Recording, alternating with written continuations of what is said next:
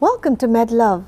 This is founded and hosted by Ms. Surabhi Khanal, who is a brilliant student. Today, her guest is Ashok Oli.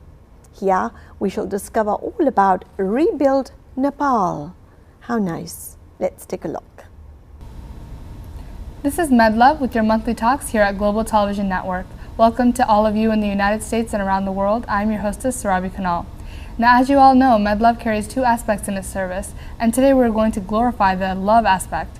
And one of the places that really needed love was last year's earthquake in Kathmandu, Nepal, where it hit the most. And to tell us more about the earthquake and some missions that they have used to rebuild, we have Mr. Ashok Ali here today. Welcome to MedLove, Mr. Ashok. Thank you for joining us. Thank you for having me. So before we talk more about your foundation, would you like to tell me a little bit about how you encountered MedLove? Actually, I came to know from one of our mutual friends, as everybody says. So if you would like to talk more about the foundation, Mission Rebuild Nepal? Yeah, actually, we founded this organization 2 years ago, almost on July, after a few months after the earthquake. Most of our board members are medical doctors. So, after 7 days after when they left for Nepal for the rescue mission, just to treat the patients, and then they went there with the relief materials. And immediately after that, they returned back after providing around 1,500 tents. They are providing food supplies for now 9,000 individuals. When they returned back, so they realized that we need to do more, and then so we formed a group of people, like especially from different part of the U.S. So who are mostly the medical doctors.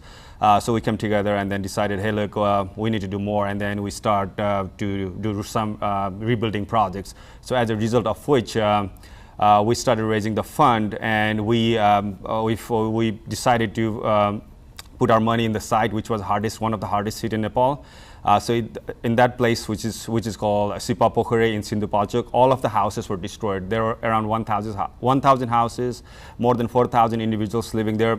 So we made the biggest, we made an ambitious plan of rebuilding the entire village. So gradually we started with a few hundred houses, then the money started flowing, the people started to donate more money to us, and then at the end, like after a year and a half, we are now able to say that we built the entire village. So we now have 800 houses built, and 4,000 individuals being impacted by our work. So in the next phase, we are planning to build a few schools. A couple of schools is in our next pipeline. And that's where we will take a pause, and then we'll plan for longer term projects.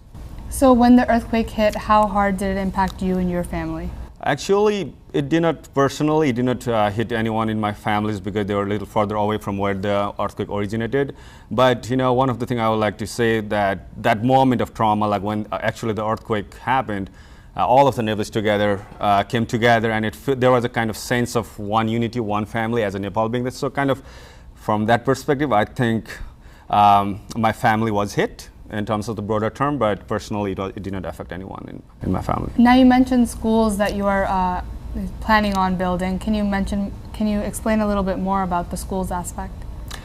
Yeah, actually we have secured some fund to build one school from scratch, and a little bit of funding for the recreational center. There is one place where we have, in our current project site, there is one school which actually connects 40 different schools there. So they don't have the one central kind of audio-visual room, where they can come together and do the training kind of stuff. So that's where we're trying to renovate and then provide that support to them. So that's one of the project, just to provide them that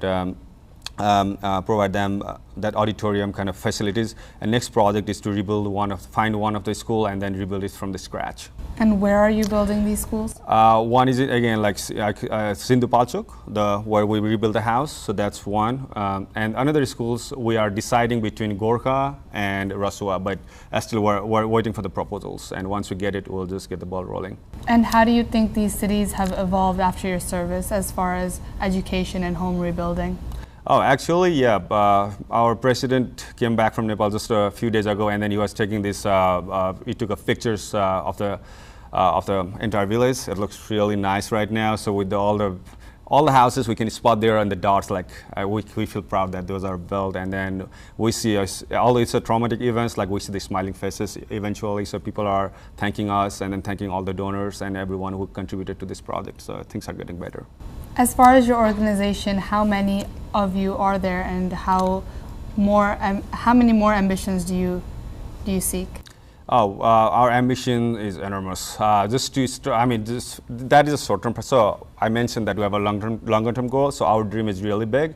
So what we think as a rebuilding effort, that there are like 4 pillars. So one is we have a bigger program like rebuilding education, rebuilding health, rebuilding arts and cultures, and rebuilding infrastructure. So within those 4 programs, we plan to introduce different projects. Within these projects, we'll have multiple sub-tasks. So kind of we have that vision, but we'll start something really small within that umbrella, and that's how we plan to move forward. And which age group would you say this has impacted the most? I think various, like we have the data on the website, so we have collected all the information about what families, how many women are impacted, but actually I cannot tell you the exact numbers. But yeah, partly it was distributed very well among like seniors, women, and children. It was evenly distributed, in my opinion. That's very good to hear that you're rebuilding homes and rebuilding schools.